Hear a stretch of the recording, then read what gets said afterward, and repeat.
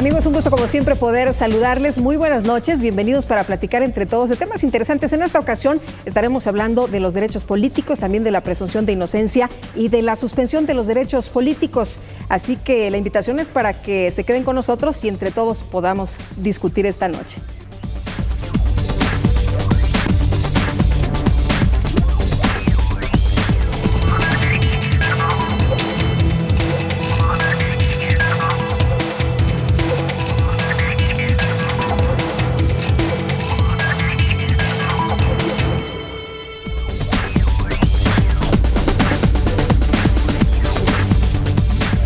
Hoy estaremos abordando derechos humanos y democracia y para ello nos acompaña en esta ocasión José Manuel Ramírez Tobilla. Él es profesor de la maestría en Administración Electoral del IEM y a quien agradezco que esté con nosotros en esta noche. ¿Cómo estás? Qué gusto saludarte, bienvenido. El gusto es mío para mí, Lupita, muchas gracias por la atenta invitación y estamos a tus órdenes en este tema que hoy por hoy tiene tanta trascendencia y relevancia, ¿no? Así es, ahorita nos vas a platicar por qué la relación de los derechos humanos y la democracia. Muchas veces se pudiera pensar que no tiene nada que ver. Pero antes, si te parece bien, vamos a escuchar y a ver lo que estuvimos revisando, lo que estuvimos platicando en nuestro programa anterior.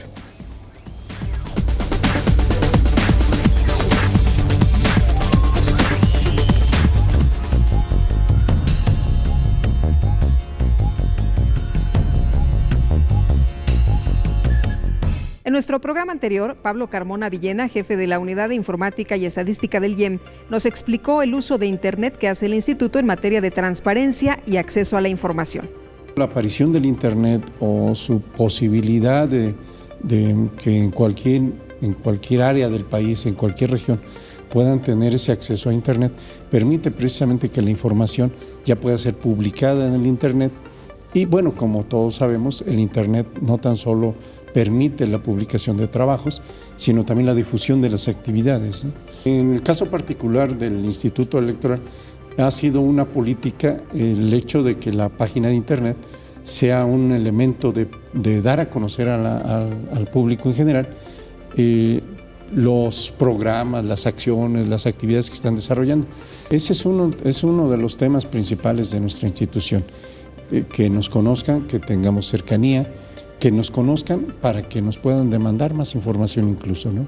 Nosotros nos sentimos muy cómodos cuando nos preguntan, cuando nos están cuestionando acerca de las cosas, ¿no? Hilda Naessens, investigadora del Centro de Investigación en Ciencias Sociales y Humanidades de la UAM, compartió con nosotros conceptos fundamentales para comprender la importancia de la transparencia en la construcción democrática.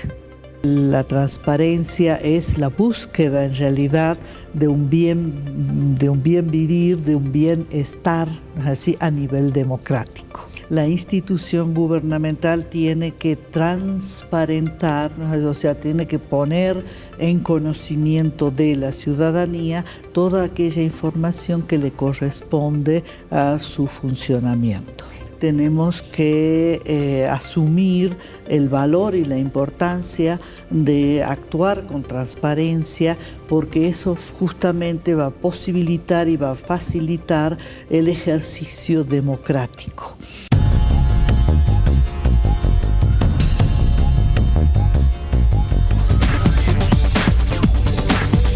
Bueno, ahí lo que tuvimos en el programa anterior. Y también le quiero presentar un resumen de las actividades, de lo importante que ocurre en el IEM.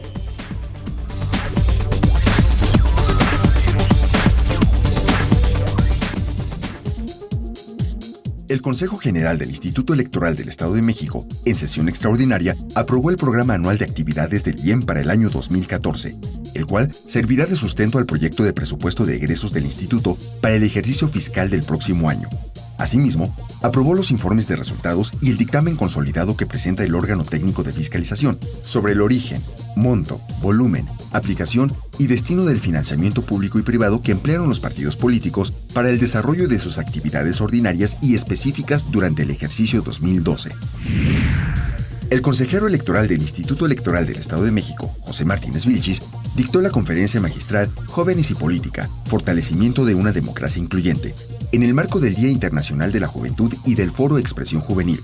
La Cámara de Diputados del Estado de México fue el espacio en el que se dieron cita un importante número de jóvenes mexiquenses e invitados especiales, a quienes Martínez Vilchis enfatizó que con su participación activa, responsable e informada pueden incidir en la toma de decisiones y de forma más directa a través del voto. En el Centro de Formación y Documentación Electoral del Instituto Electoral del Estado de México se desarrolló el proceso de admisión correspondiente a la tercera promoción de la maestría en Administración Electoral, para lo cual se desahogaron las etapas relativas al examen y a la entrevista de admisión. Una vez agotadas estas fases del proceso, la publicación de la lista de aceptados se realizó en la página de internet del IEM, en la dirección www.ieem.org.mx.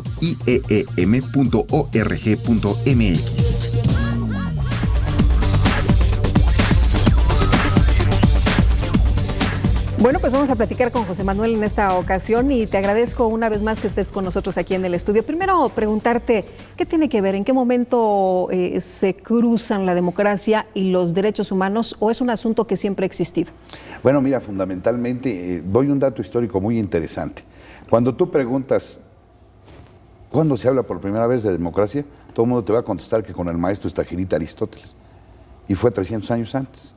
Quien realmente lo utilizó por primera vez se llama Clístenes. Pero ahí viene otro dato muy interesante. En los 9 libros de la historia de Heródoto de Halicarnaso, precisamente en el libro 3, en el capítulo 80, es el que describe por primera vez la democracia. Ha habido desde luego una evolución y hoy no es el momento de poder hablar de toda la evolución que ha tenido el demos y el kratos, ¿no? El poder del pueblo.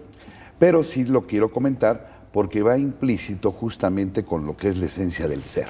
Claro. Y en este caso, la persona. De manera reciente, pues nosotros teniendo una constitución de corte positivista, pues el pasado 10 de agosto de 2011 se reforma la constitución y hoy por hoy la base fundamental es que en una vida democrática, respeto y restricto a los derechos humanos. ¿Por qué es importante esto, resaltarlo, hacer estas reformas, tenerlo en la Constitución, tenerlo ahora, incluirlo, no nada más en esta, sino en distintas democracias del mundo? Lo que ocurre dentro de la clasificación de nuestras constituciones, nuestra constitución es rígida. Soy enemigo de las reformas. Decía Cicerón, corruptísima república es res. Cuando la república está corrompida, las leyes son innumerables. Sin embargo, sí fue muy importante esta reforma porque anteriormente el texto del artículo primero no reconocía como tal los derechos humanos. Es decir, se hablaba de lo que son las garantías. Y hoy por hoy no solamente es sujetarse a la ley suprema, sino estar a la par con los tratados internacionales, hablando de derechos humanos. Es una figura muy interesante. Lo que en efecto multiplicador, Lupita, nos viene dando que ahora, pues, todos los juzgadores tendrán que estudiar más, porque no pueden, en un momento dado, a la hora de aplicar justicia y emitir la resolución correspondiente, violar los derechos humanos. Claro, esto es el mundo del deber ser. Luego en el ser las cosas no son como parece. Te comento un dato. En una investigación que hicimos en el Instituto de Investigaciones Jurídicas hasta agosto del año pasado, nuestra Constitución fue reformada 572 ocasiones mediante 203 decretos. Hago una analogía. La Constitución de Estados Unidos, que data de 1787, únicamente tiene 27 enmiendas. Y ya vienen otras en puerta, entonces. Pero bueno, es muy distinto a lo que tenemos nosotros, ¿no? Si te parece bien, regresamos con más del tema de los derechos humanos, por supuesto. Y esto que tú dices, en la letra, pues se escriben muchas cosas muy bonitas, parece que todo es perfecto, pero en la realidad, ¿cómo andamos? Vamos a unos mensajes y enseguida estamos de regreso. Con mucho gusto.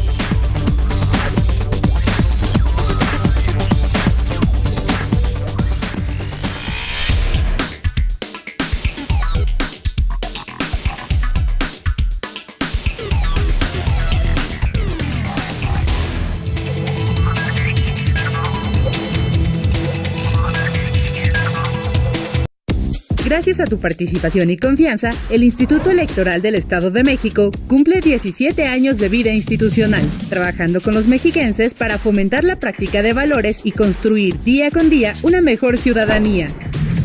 En el IEM celebramos 17 años en los que, con tu apoyo, hemos organizado, desarrollado y vigilado 12 elecciones en la entidad más poblada del país. IEM, Instituto Electoral del Estado de México. Detrás de tu voto, hay buenas noticias. Un programa del Instituto Electoral del Estado de México.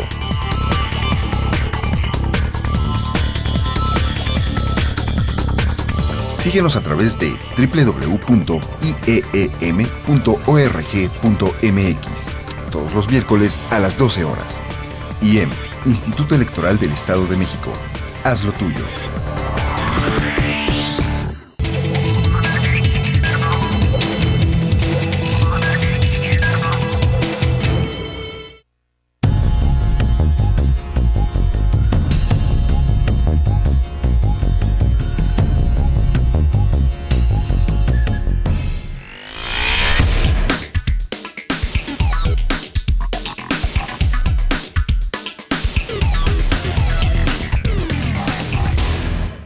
Pues porque valemos mucho nosotros y debemos de valer lo que somos, ¿no? Pues porque todos valemos lo mismo. Primera, segunda, pues tanto los que tienen la economía como los pobres, pues todos valemos lo mismo. Más que nada que nos respete nuestra forma de pensar, de sentir y de actuar más que nada. Es importante porque nos respetan a nosotros mismos. Porque todos tenemos nuestros derechos y deben respetarnos también nosotros debemos respetar. Porque somos personas muy diferentes, todas tenemos diferente manera de pensar.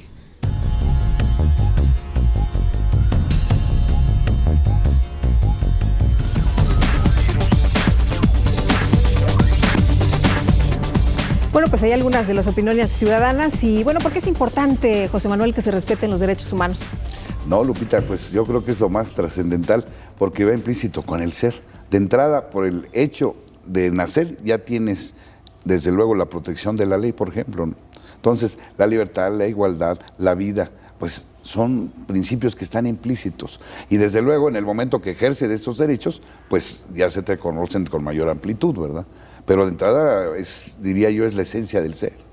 Y ahora qué bueno que entramos en ese concierto mundial, aunque debo decirte, inclusive aquí entre nos, aquella Constitución antigua de 1857 hablaba de derechos humanos, fíjate lo que es la vida. Ya en la 17 no, y ahora sí. Bueno, y tú hablabas hace unos momentos de algo muy importante, estas reformas que acaban de ocurrir a la Constitución, nos dices, no es la primera vez que sucede, pero son reformas importantes. En el artículo primero, ¿verdad? Ahí se enuncia, en el título primero, antes de describir el propio contenido del artículo primero constitucional, de los derechos humanos y las garantías. Sí. Y comentaba que existe, desde luego, aquí la idea de construir a base de ese texto, de acuerdo a la técnica legislativa, la parte dogmática, que es el título primero de la Constitución, nos habla de reconocer los derechos humanos, eso es muy importante.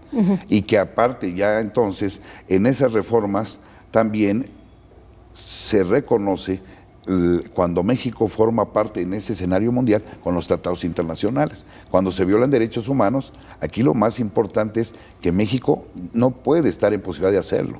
Esto, el antecedente fue inclusive de determinados y lamentables eventos que dieron lugar a que obligar al Estado mexicano, y en este caso, bueno, al Poder Legislativo, al Ejecutivo en su momento enviando la iniciativa para reformar la Constitución por determinados casos muy sonados, por violaciones, y que en organismos internacionales como la Convención Interamericana de Derechos Humanos obligaron al gobierno mexicano a que actuara de tal manera. Nos recordabas el caso Rosendo Radilla, ¿no? Sí, de Radilla, que fue lamentablemente muy sonado. Entonces aquí el principio de convencionalidad es el que impera y que obliga a todo juzgador, inclusive hay la Corte, ya se pronunció al respecto, ahora sí que referente a uno que es el control difuso, que puede ser cualquiera de los jueces al emitir, o el propio, lo que emite la Corte en acciones de inconstitucionalidad, controversia constitucional.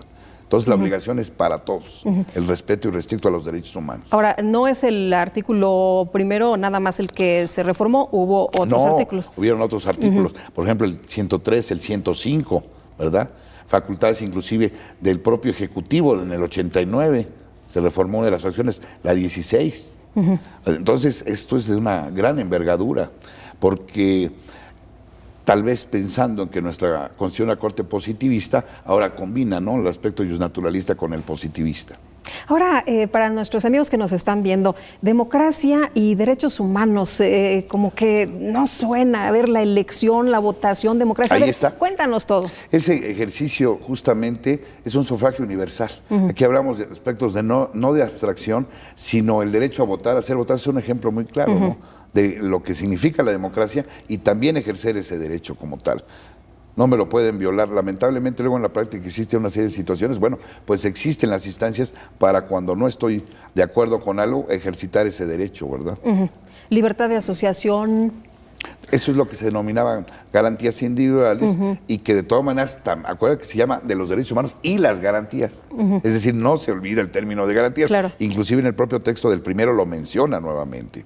Un ilustre jurista que todavía tuvimos oportunidad de conocer como maestro, el doctor Ignacio Burgoa, bueno, pues él era un defensor justamente de lo que era esta palabra, su origen, su evolución de garantías, ¿verdad?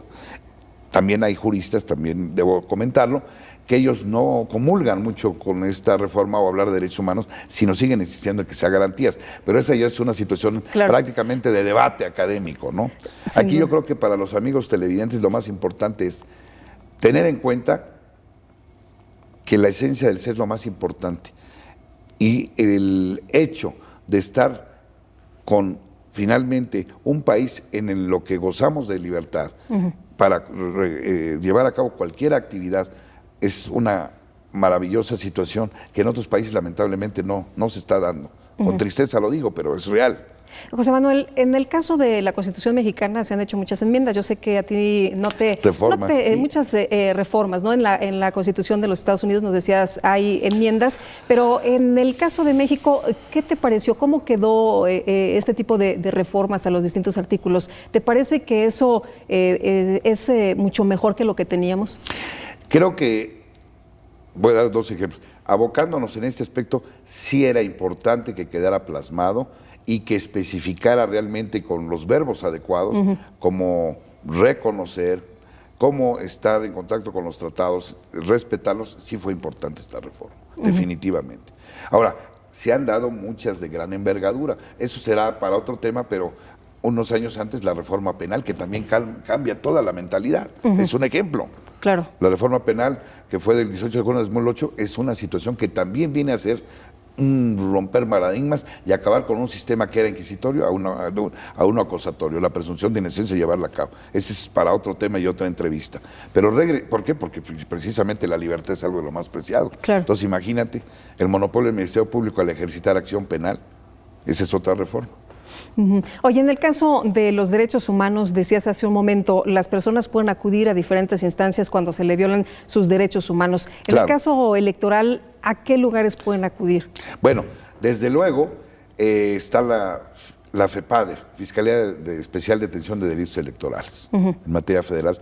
Y obviamente, así como en su momento las grandes reformas que se dieron en materia electoral en el año de 1993 y 1996, que dio lugar inclusive con posterioridad a la creación del Tribunal Electoral del Poder Judicial de la Federación, también así fue como el IFE famoso en cada uno de los estados. Y el ejemplo claro pues es el Instituto Electoral del Estado de México en cuanto a atribuciones, pero también tenemos un tribunal, ¿verdad?, que está precisamente a nivel local. Y está dividido también por circunscripciones, ¿no? Cuando existe la presunción de que alguien comete un delito electoral, sea un particular, sea un servidor público, etcétera, serían las instancias adecuadas.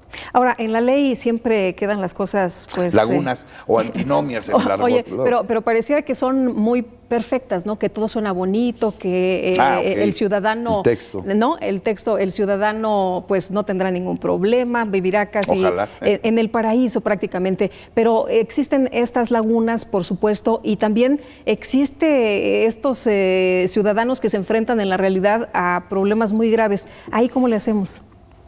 Que consulten unos abogados. Así de fácil. Mira, la verdad es que sí, creo que se ha avanzado. Ahora, el ser humano y las instituciones somos perfectibles.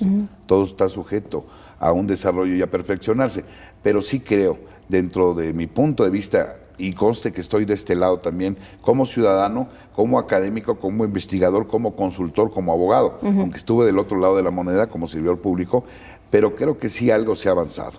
Desde luego nos falta mucho, realmente no hay una democracia plena, creo, en ningún país del mundo, ojalá que así fuera, eso entraríamos en las famosas utopías, ¿no?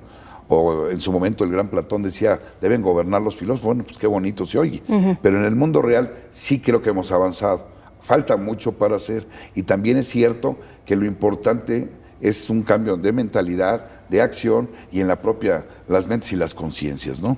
Eso yo creo que es muy válido a la hora también de actuar. ¿Cómo pido a la autoridad que actúe cuando yo mismo soy el primero que estoy propiciando que no actúe de manera correcta, también a veces como ciudadano, ¿verdad? Claro. Lamentablemente. Oye, ¿cómo ves a los ciudadanos? ¿Realmente sabemos qué son los derechos humanos? ¿Realmente los ciudadanos estamos conscientes de los derechos que tenemos frente a muchas situaciones? En este caso, los derechos humanos, que es el tema que nos ocupa. Que van implícitos. Creo que de entrada sí los entiende, ¿no? Sabe hasta qué punto, por ejemplo, derecho a la vida. De entrada, aquí estoy, ¿verdad? Y en los otros también creo que tienen la idea, definitivamente. Lo importante es hacerlo y llevarlo a efecto, ¿no? Muy bien, pues José Manuel, un gusto poder platicar contigo para mí, Lupita, esta noche. Ha sido un placer, este tema es muy amplio sí. Y de antemano agradezco al programa La Atenta Invitación y al Instituto Electoral también. Pues muchísimas gracias. Buenas noches, José Manuel. Muchas gracias. Hasta luego, que estés bien. Hasta luego. Y nosotros vamos a una pausa y enseguida estamos de regreso con más. Quédese con nosotros.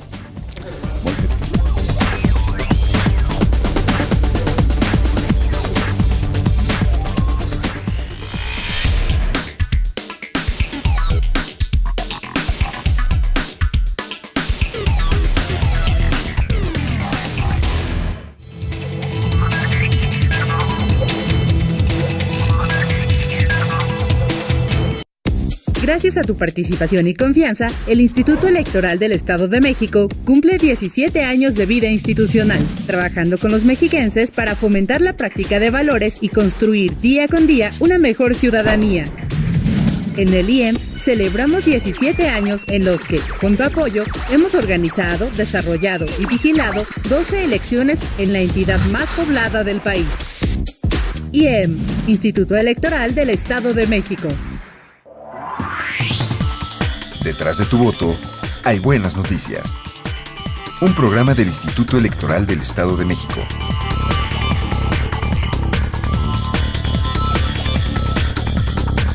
Síguenos a través de www.ieem.org.mx. Todos los miércoles a las 12 horas. IEM, Instituto Electoral del Estado de México. Haz lo tuyo.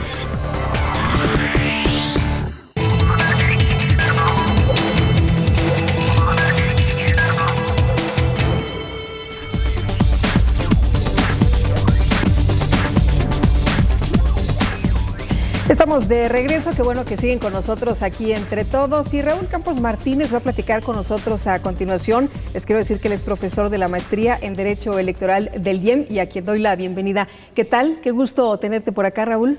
Muchas gracias, Lupita. Pues agradezco nuevamente la invitación.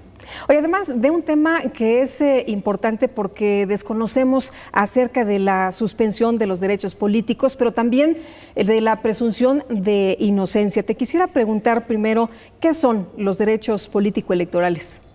Los derechos político-electorales son todo ese conjunto de derechos que la Constitución contempla para los mexicanos ya con la calidad de ciudadanos para poder interactuar de manera efectiva con el Estado. Esos son los derechos políticos propiamente del ciudadano y los contempla el artículo 36 constitucional. Ahora, importante, ¿en qué casos pueden ser suspendidos o incluso hasta cancelados? De acuerdo al artículo 38 constitucional, pueden ser suspendidos incluso desde el dictado del auto de formal prisión. Es ahí donde prácticamente cobra relevancia la presunción de inocencia, porque el dictado de un auto de formal prisión no es el fin de todo un proceso que haya garantizado todas las formalidades del procedimiento y por lo tanto el individuo todavía no puede ser considerado como culpable en un asunto penal. Raúl, tú has escrito sobre el tema, has estudiado de la materia y hablas de la fracción segunda del artículo 38 de la Constitución. Ahí estableces, bueno, que hay contradicciones. ¿Le puedes platicar a nuestros amigos del auditorio en qué consisten? Con mucho gusto, Lupita. Mira, la presunción de inocencia, para poder entrar a explicar ¿por qué hay una contraposición con la fracción 2 del artículo 38 constitucional? La presunción de inocencia es ese derecho prácticamente parte de los derechos humanos que viene a cobijar a cualquier individuo para ser considerado como presumiblemente inocente hasta que no se le demuestre lo contrario mediante un procedimiento que reúna las formalidades que marca la Constitución. En este sentido, solamente el dictado de una sentencia ejecutoriada lo debe de dar como culpable o como inocente. Mientras eso suceda, ese individuo tiene que ser considerado presumiblemente inocente. El problema de la contraposición es que las reformas al artículo 20 constitucional de agosto del 2008 prácticamente integran la presunción de inocencia en el apartado B, fracción primera del artículo 20 constitucional. No quiere decir que antes no existiera la presunción de inocencia en el andamiaje jurídico nacional, pero existía a nivel de tratados internacionales. El asunto es que cuando es elevado a la propia Constitución, entonces en ese momento hay una contraposición con la facultad que tienen los órganos del Estado a suspender los derechos político-electorales del ciudadano a partir del dictado de un auto de formal prisión. Es ahí donde se contrapone con la fracción 2 del artículo 38 esta presunción de inocencia, con esa facultad de los órganos del Estado. Ahora hablas de los derechos humanos, pero también de los acuerdos internacionales. ¿Qué es lo que dicen? Porque prácticamente he revisado los que citas y prácticamente todos coinciden. Sí, efectivamente, la presunción de inocencia es un derecho que, bueno, desde la Declaración de los Derechos del Hombre del Estado de Virginia, pasando por la Declaración de los Derechos Humanos, es prácticamente insertado en todos esos documentos de los cuales México forma parte. Por eso es que, te comentaba yo hace un momento, la presunción de inocencia es un derecho humano que ya pertenecía al andamiaje jurídico nacional. El problema es que por el principio de supremacía constitucional estaba por encima lo que marca la fracción 2 del artículo 38, que es esa presunción de inocencia. Entonces, a la luz de estas reformas en materia de derechos humanos, cobra mayor importancia. Ahora, ¿de dónde sale esta idea de que los ciudadanos deben, en caso de que tengan un proceso, en caso de que se les prive de su libertad, tengan que ser suspendidos sus derechos? Como te decía yo al principio, la calidad de ciudadano es esa calidad que tiene todo nacional mexicano para poder actuar eficazmente con los órganos del Estado en términos políticos. Es ahí donde nace prácticamente la razón por la cual el legislador, desde el momento en que está sujeto a un proceso penal, se le deben de prácticamente coartar cualquier posibilidad de interactuar eficazmente con los órganos del Estado.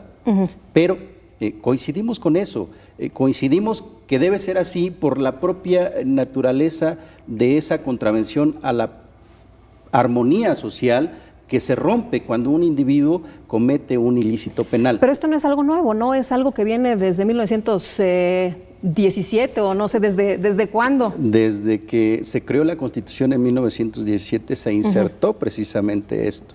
El asunto cobra importancia porque antes de estas reformas que te comento de agosto del 2008, todos los juzgados penales, prácticamente desde su dictado del auto de formal prisión o de sujeción a proceso, de inmediato se ordenaba que se girara oficio al Instituto Federal Electoral a efecto de que se le suspendieran sus derechos políticos. Y a partir de ahí, bueno, pues ni siquiera el derecho pasivo de voto, mucho menos el activo de voto, podía llevar a cabo ese ciudadano. ¿Y esto es para cualquier persona que tenga un proceso, no importa la edad? No importa. Si eres mayor de edad, pero estás en algún lugar de detención para jóvenes, ¿no importa? ¿No puedes ejercer tu derecho al voto? No importa la edad. La edad solo importa para el momento de la aplicación de la pena.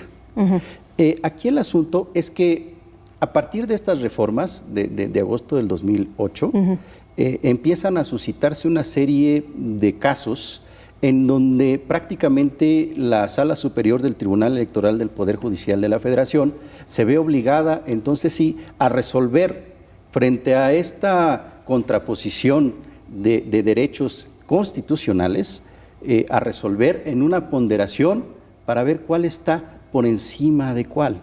Y la Sala Superior del Tribunal Electoral tiene dos resoluciones muy interesantes en el tema. En el caso de Martín Orozco de Aguascalientes en el 2010 y en el caso de Gregorio Sánchez de Quintana Roo también en el 2010, en donde en el caso de Martín Orozco era perseguido por un delito menor. Se le dicta el auto de sujeción a proceso y se le suspenden sus derechos políticos electorales. El asunto es que él pretendía registrarse como candidato a gobernador del estado de Aguascalientes. El Instituto Electoral del estado de Aguascalientes obviamente le niega el registro básicamente en lo que señala esa fracción 2 del artículo 38. En ese momento, Martín Orozco presenta una serie de recursos, entre ellos el juicio para la protección de los derechos político-electorales del ciudadano, que se turna a la Sala Superior resuelve y tiene que resolver precisamente ponderando cuál de estos derechos está por encima de cuál. La Sala Superior, para resumirte, porque es un caso yo sé que es pero seguro que nuestros amigos lo recuerdan porque fueron muy comentados sonados en los medios, ¿no? Sí, así es. La Sala Superior resuelve que está por encima la garantía que tiene el ciudadano a ser considerado presumiblemente inocente hasta que no se le compruebe lo contrario mediante un juicio seguido con las formalidades que marca la Constitución. Y por lo tanto obliga al Instituto Electoral del Estado de Aguascalientes que lo registre como candidato. Aquí, bueno, si el señor obtuvo el triunfo o no, ya es cosa aparte, pero se le respetaron sus derechos. Eso es importante. Mencionabas otro caso, el de Greg Sánchez. Si te parece bien, nos quedamos con este tema. Vamos a los contextos, porque sabes que aquí los libros son muy importantes. Vamos a los contextos y de regreso nos platicas el caso de Greg Sánchez, que pues también quería contender para la gubernatura, pero de eso en un momentito más, y les invitamos a ver esta cápsula. Claro.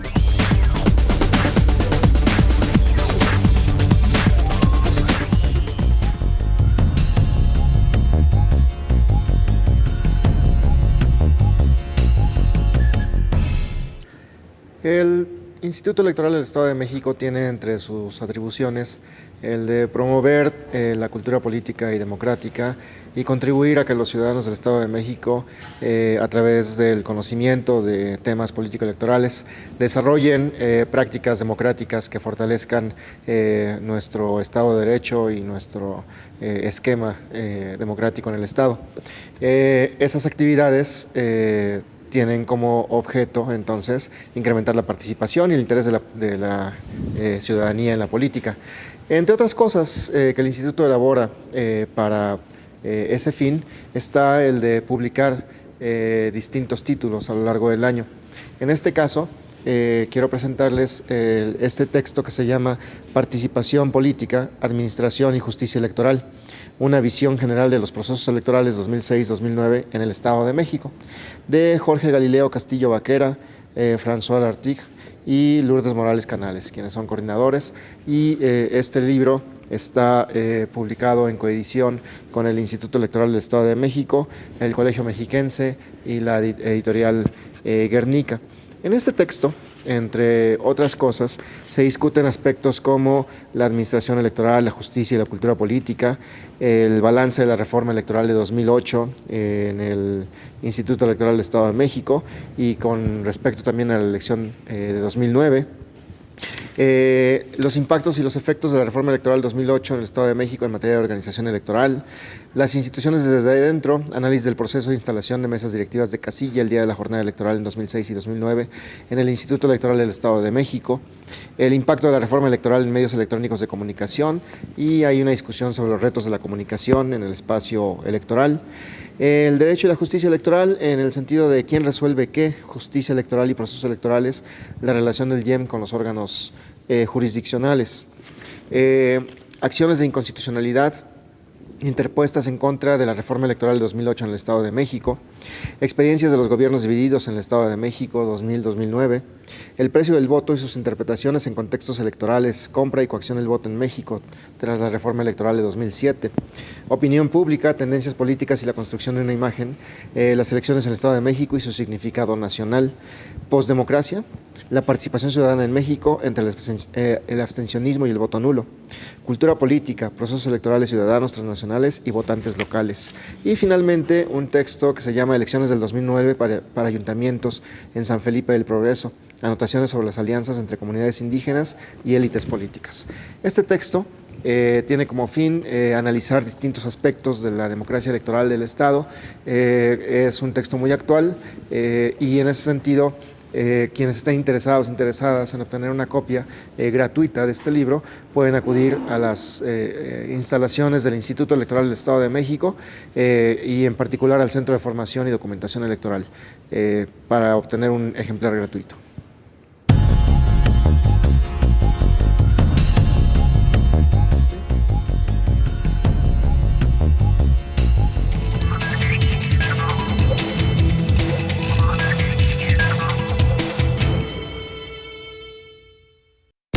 Gracias a tu participación y confianza, el Instituto Electoral del Estado de México cumple 17 años de vida institucional, trabajando con los mexiquenses para fomentar la práctica de valores y construir día con día una mejor ciudadanía.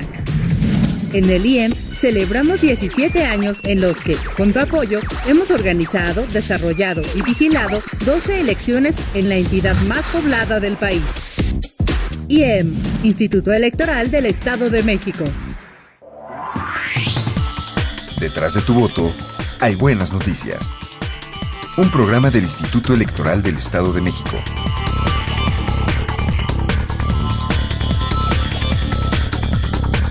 Síguenos a través de www.ieem.org.mx todos los miércoles a las 12 horas. IEM, Instituto Electoral del Estado de México. Haz lo tuyo.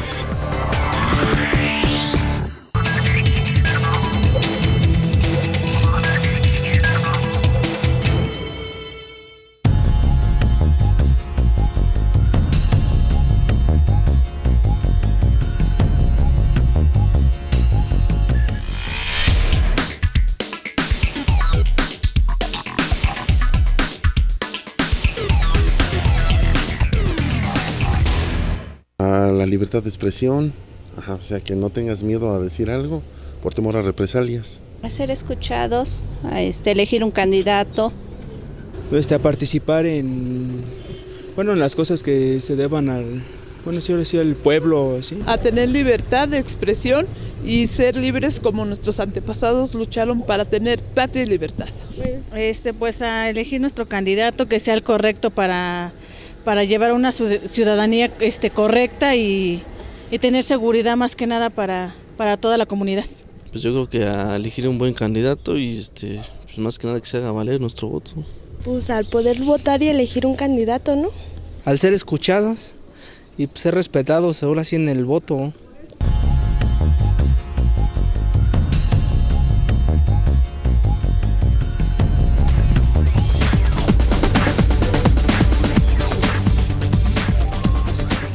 Estamos de regreso y nos platicaba Raúl de Martín Orozco Sandoval, en este caso de Aguascalientes. Él pudo participar en un proceso electoral de acuerdo con la resolución del Tribunal Electoral, pero ¿qué pasa en el caso de Greg Sánchez en Quintana Roo? La situación muy distinta.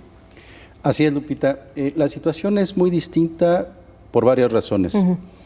Primera, Gregorio Sánchez ya estaba en campaña, ya había sido registrado, el Instituto Electoral del Estado de Quintana Roo ya lo había registrado como candidato a gobernador por el Estado de Quintana Roo. En plena campaña, prácticamente dictan una orden de aprehensión en su contra por un delito grave, delincuencia organizada, entre otros. Eso prácticamente lo obliga a ser recluido.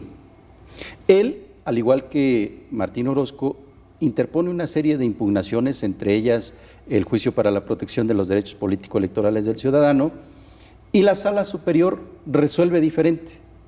Es más, la Sala Superior obliga al partido a sustituir a su candidato.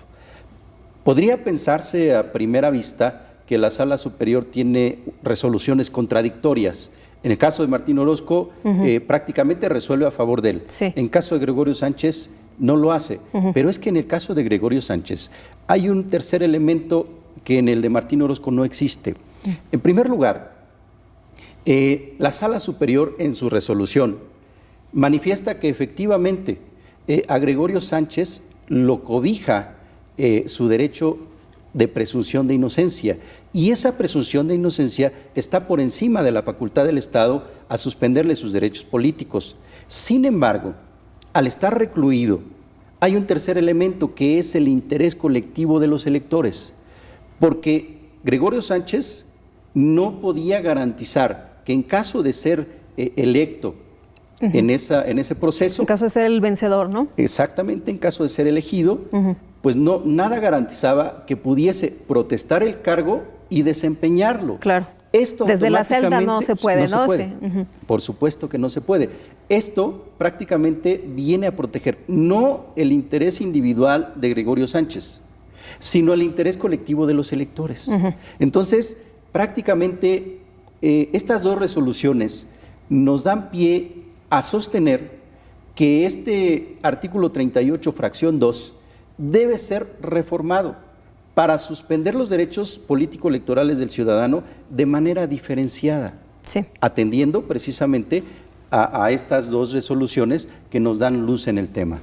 Háblanos precisamente de estas propuestas que tú haces. ¿Cuándo sí se puede permitir? ¿Cuándo no?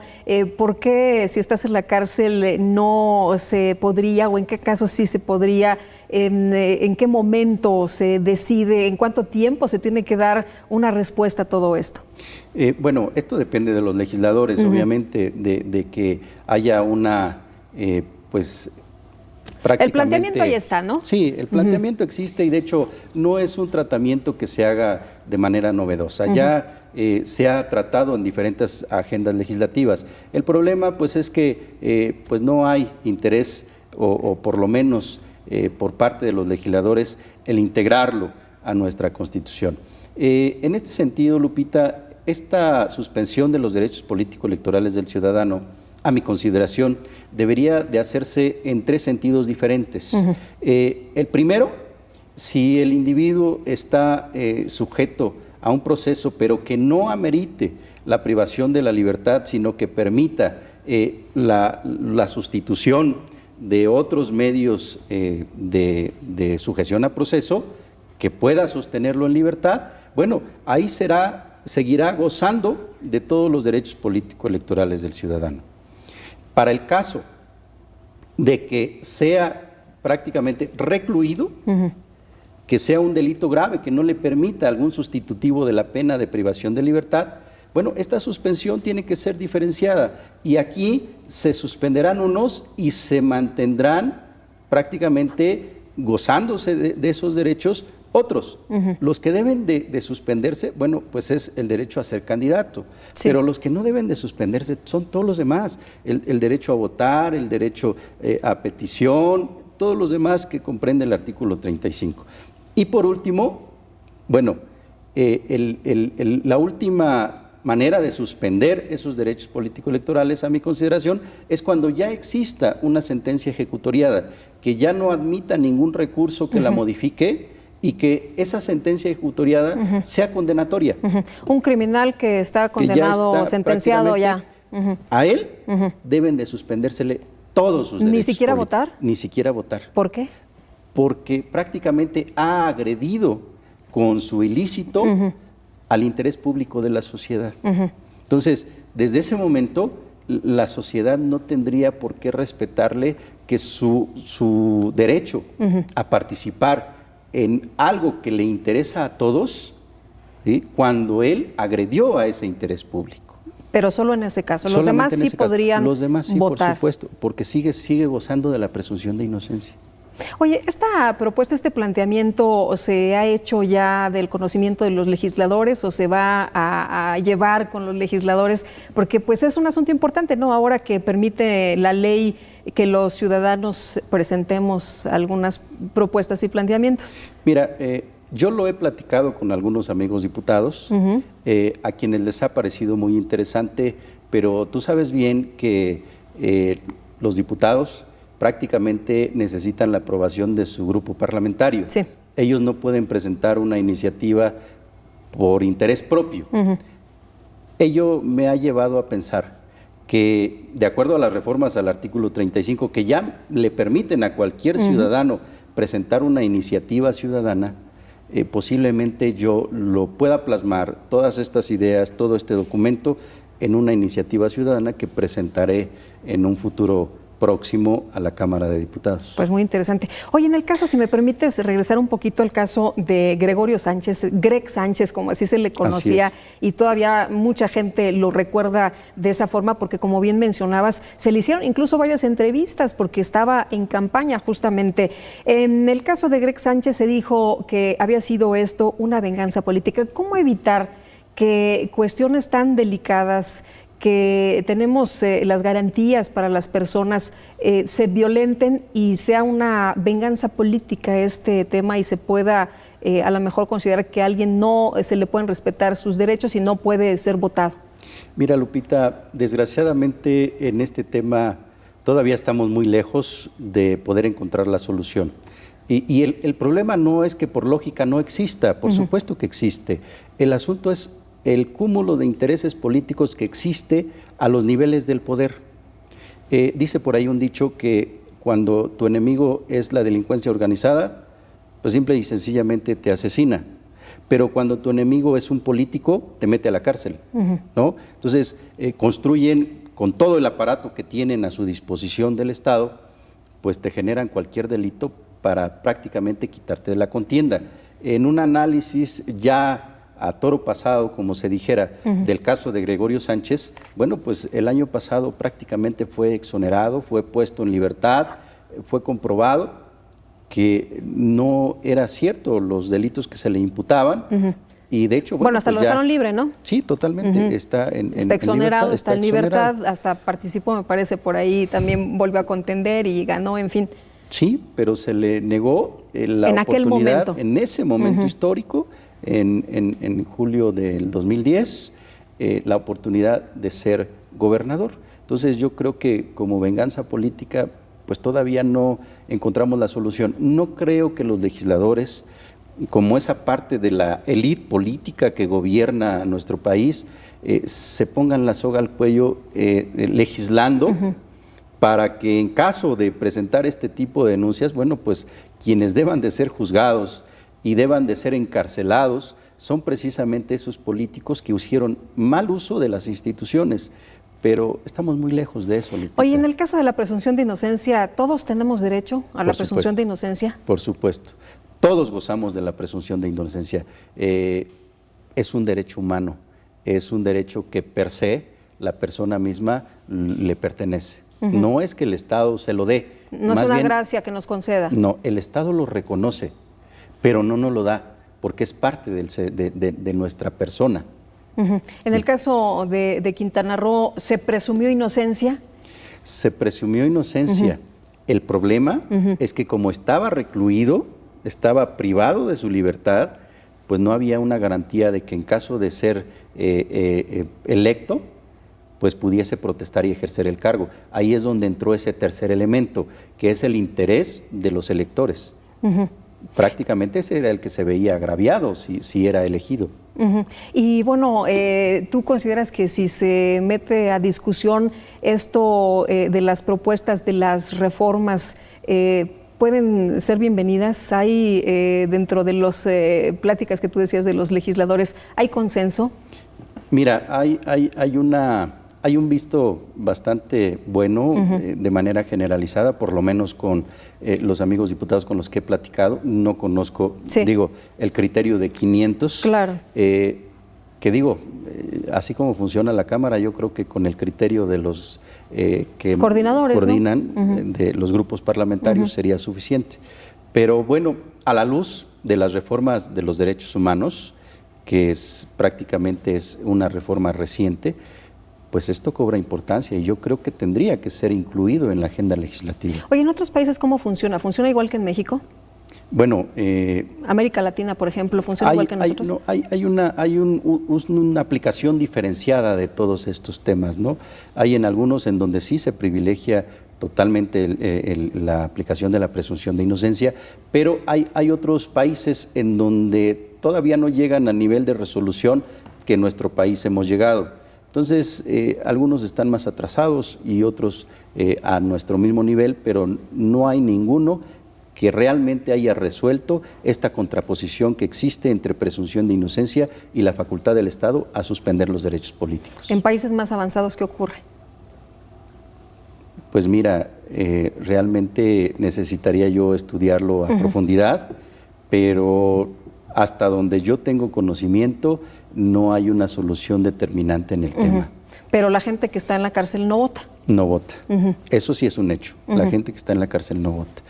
Con algunos amigos del Instituto Federal Electoral, que también he compartido esta inquietud, bueno, pues ellos me dicen, oye, si es difícil organizar una elección con ciudadanos libres, es difícil integrar las mesas directivas, es conflictivo, se roban las urnas, hay algunos delitos electorales, etcétera, etcétera.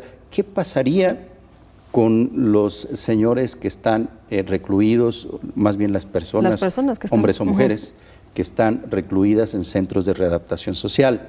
La situación sería bastante caótica, no habría ningún capacitador que quisiera ir al reclusorio. Lo entiendo, pero yo creo que también existirían los mecanismos idóneos, se les pudiese premiar a aquellos que participen en todo este evento de la capacitación para ser funcionarios, de quienes sean funcionarios, de quienes acudan a votar, podrían ser premiados con esto que existe de 2 días de buen comportamiento, se les rebaja 1, ¿no? En la pena. Y esto podría ser como un incentivo. Por supuesto. Muy bien, pues Raúl, te aprecio mucho que hayas estado con nosotros aquí entre todos para platicar de este tema y de los planteamientos que estás haciendo sobre el mismo. Al contrario, Lupita, muchas gracias. Muchísimas gracias, que tengas muy buena noche y muchas gracias también a usted, que tenga una muy buena semana, que la pase muy bien.